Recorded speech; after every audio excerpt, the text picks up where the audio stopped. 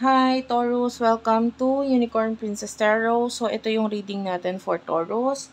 Sun, Moon, Rising, Venus, Jupiter, Taurus. Take only what resonates. Bali, hindi to magre-resonate sa lahat. Kasi, honestly, hindi ko naman talaga makukuha lahat ng energy ng Taurus sa mundo. Pero kung nakarelate ka, nakaresonate ka, ma-appreciate ko kung ilalike mo ang video, isusubscribe mo ako, at mag-comment na rin kung talagang ikaw ay naka-relate or naka-resonate dito sa aking mga sinasabi dito, okay? So, by the way, kung bago ka pa lang sa channel, pa-subscribe. Ayan, may iba pa tayong channel. Check mo na lang dyan sa description box. Meron din akong TikTok, guys. Unicorn Princess Tarot. Kindly check it out na rin po.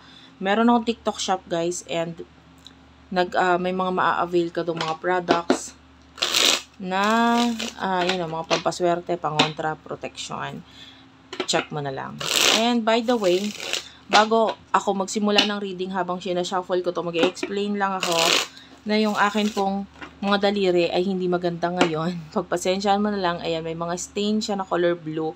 Is because gumawa po ako ng mga evil eyes na, kung may kita mo, ayan, may evil eye akong ginawa dito, and marami pa yung mga kasamahan. So, medyo nagdumi talaga ang aking kamay dahil sa pangkulay na ginamit dyan.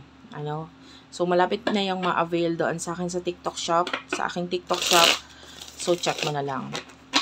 Hindi pa siya nare-release, pero, pag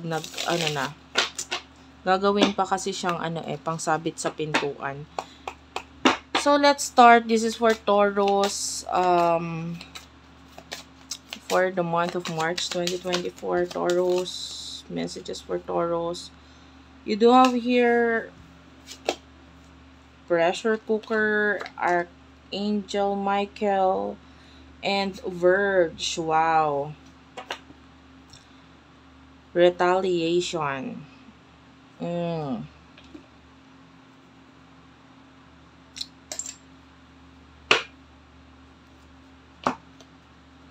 Gusto ko lang kumuha pa ng card sa deck nito bago ko basahin niya.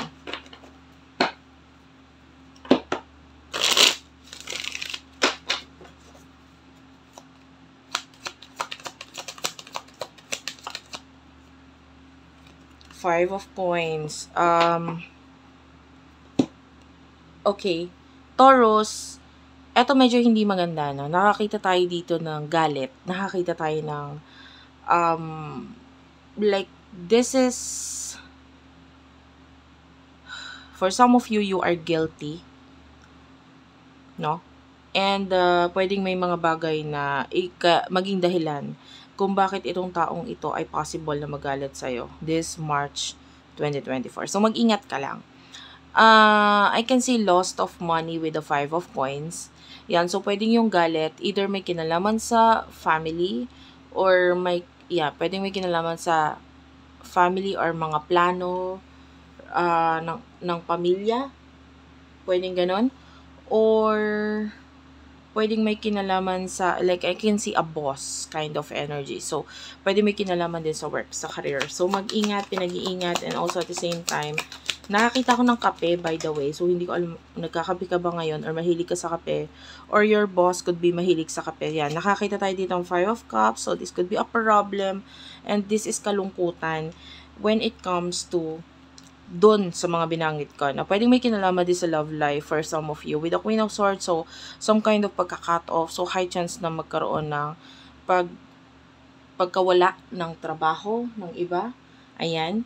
And this is the this is the Wheel of Fortune. So, ito ay may kinalaman sa malaking pagbabago. So, na medyo malungkot, na medyo masakit. The Page of Wands is here. So, this is like a message, no? Coming from the devil. Isa nakikita natin with the devil, siya yung nasusunod. Siya yung, like, yun nga, sabi ko, could be a boss. Or if this is a family-related issues, so pwedeng siya yung nagmamanipulate or nagiging parang boss sa bahay, or siya yung nasusunod. So, nakakita tayo na pag-aaway or pagkagalit mula dito sa taong to. So, mag-ingat ka. And, tell me more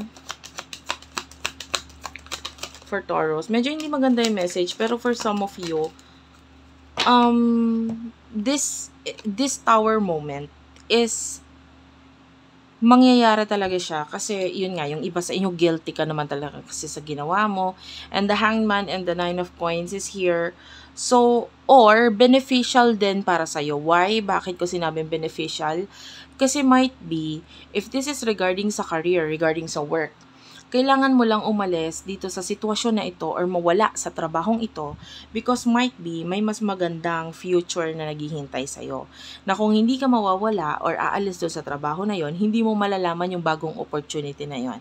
E minsan kasi yung pagkawala ng isang trabaho, yung pala may papalit na may something na much better. Okay? So tell me more for the sign of Taurus. Check your Sun, Moon, Rising, Venus, Jupiter sign, guys. King of Swords, ayan. King of Swords, and the Four of Swords is here, Gemini, Libra, Aquarius, ayan, air sign. Six of Swords, ang sinasabi lang sa'yo dito is you have to move on. This is, the Four of Swords is the energy of healing. Wala kang dapat gawin, wala kang magagawa with the King of Swords.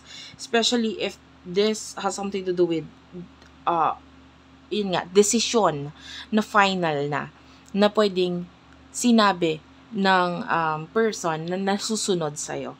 The King of Cups is here.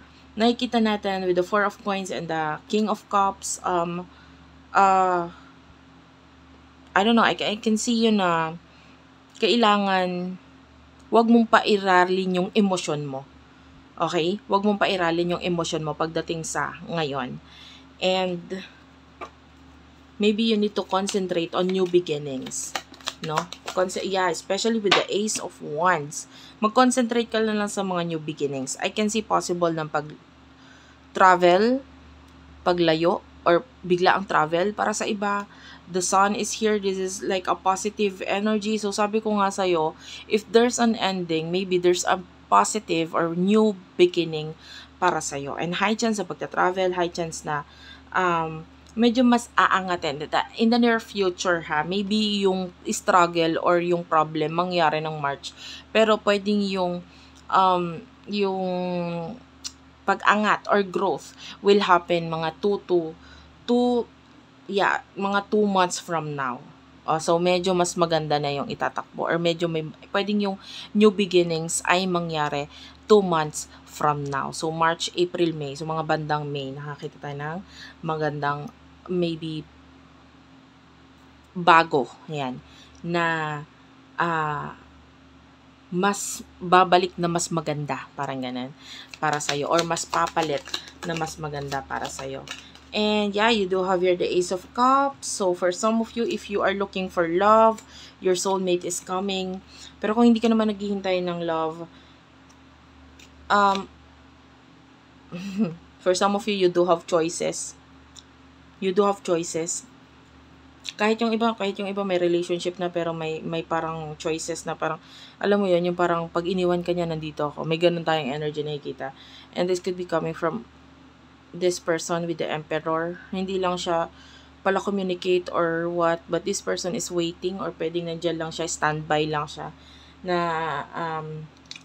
parang alam mo yun, just in case hindi ka maging okay sa relationship mo or sa kung ano man, nandito lang ako, parang ganun. And yeah, that's it for now. Thank you for watching, guys. Sana nakarelate ka na kung may messages para sa'yo and yung advice. For personal reading, Jing Tarot Reader, nabibigay ako ng palm reading, guys. If you would avail yung mga ginagawa kong crystals bracelets doon sa aking TikTok shop, check mo na lang. And yeah.